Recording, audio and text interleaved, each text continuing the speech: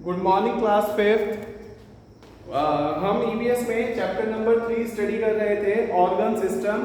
Organ system माने मैंने बताया था, ऑर्गन माने होते हैं अंग और सिस्टम माने होता है एक तंत्र। हमारा जो शरीर है that is made up of different organs, बहुत सारे ऑर्गन से मिलकर हमारा जो शरीर है, जो बॉडी है वो बना हुआ है। इसलिए हम इस सिस्टम को कहते हैं organ system and the complete organ system is known as our body.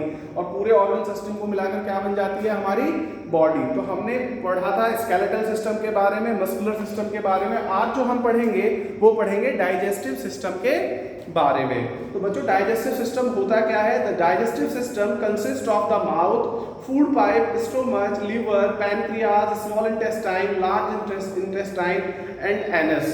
Actual में जो हम खाना खाते हैं, जहां से वो हमारे मुंह से अंदर जाता है यानी कि माउथ, उसके बाद फूड पाइप, फूड पाइप के बाद वो स्टोमच में जाता है, फिर लिवर में जाता है, पैनक्रियाज, स्मॉल इंटेस्टाइन और लार्ज इंटेस्टाइन में वो क्या होता है डाइजेस्ट होता है, और एनस के थ्रू वो हमारे शरीर से एग्जिट हो जाता है, बाहर निकल जाता है in the form of waste.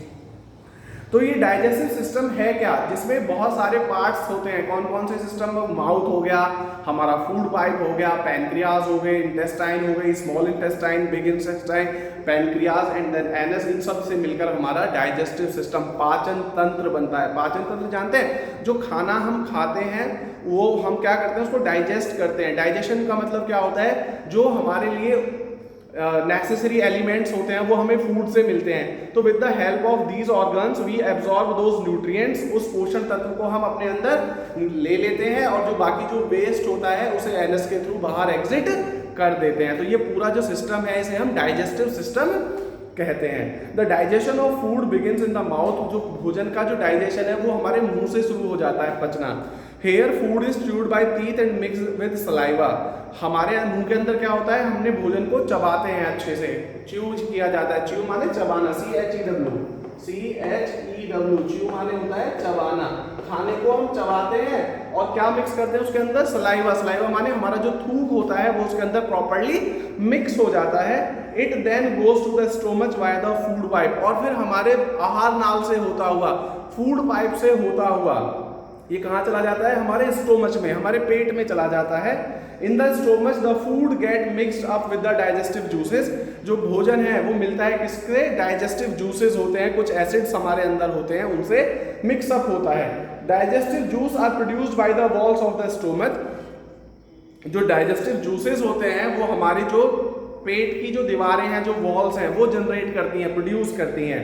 The food now changes into a paste form. और खाना जो है वो एक पेस्ट की फॉर्म में, एक पेस्ट की फॉर्म में कन्वर्ट हो जाता है। From the stomach the food goes into small intestine. Stomach से जो खाना जाता है वो छोटी आंत के अंदर जाता है। The juices help the small intestine further digest the food. और फिर वहां पर अगला प्रोसेस होता है और खाना और ज्यादा वहां पर पचना शुरू हो जाता है। The liver and the pancreas also help in digestion. हमारा जो लीवर होता है और जो पैनक्रियाज होती है वो भी खाने को डाइजेस्ट करने में हेल्प करते हैं। The digested food is absorbed in the small intestine and the undigested food that is not absorbed then reaches to the large intestine. जो एब्जॉर्ब होने वाला होता है, जो न्यूट्रिएंट्स होते हैं वो छोटी आंत में एब्जॉर्ब हो जाते हैं, और जो अनएब्जॉर्ब फूड होता है, जिसको एब्जॉर्ब नहीं किया जा सकता, जो वेस्ट है, वो बिग इंटेस्टाइन में, बड़ी आंत में चले जाते हैं।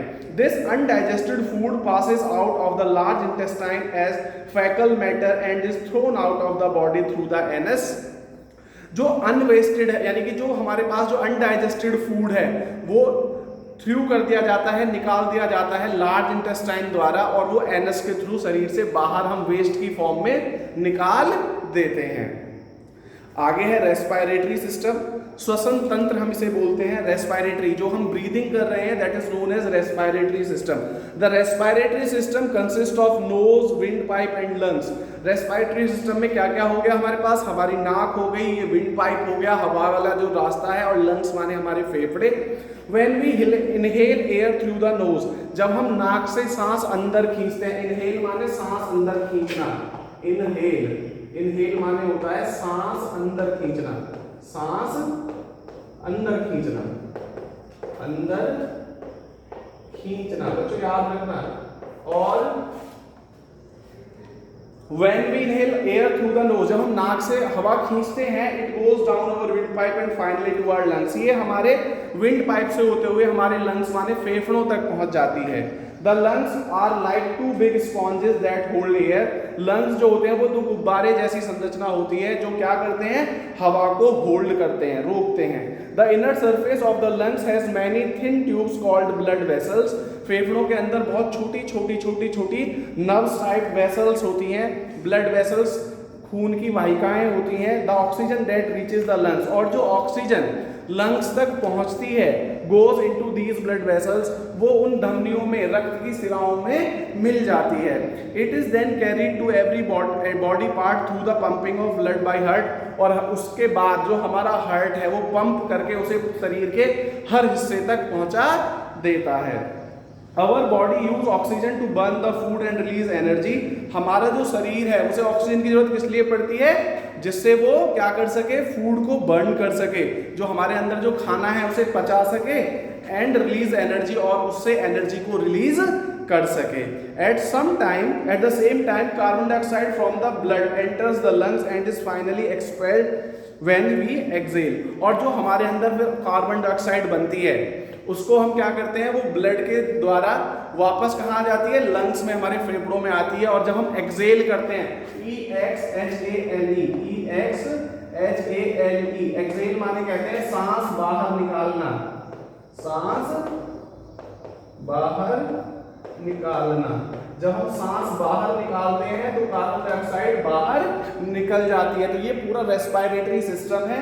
When we inhale oxygen it reaches to every body part and the oxygen is used by our body to convert the food to get energy, and then the carbon dioxide that is formed in the body exhale by this system. So this is the whole process of respiratory system. Oxygen अंदर जाती है, oxygen बाहर आती है, और oxygen का use हमारा पूरा शरीर करता है, जो हमारा हार्ट ब्लड के द्वारा पूरे शरीर में पंप करता है. तो आई थिंक ये चैप्टर अभी आपको यहाँ तक समझ में आ गया होगा. अभी थोड़ा चैप्टर रह गया है, हम नेक्स्ट क्लास में उसको स्टडी करेंगे. अगर कोई प्रॉब्लम है तो मेरा व्हाट्सएप नंबर है 9871331793. आप डिस्कस कर सकते हैं, और जो हार्ड वर्ड्स हैं उनको अपनी कॉपी में लिखते रहेंगे. Thank you.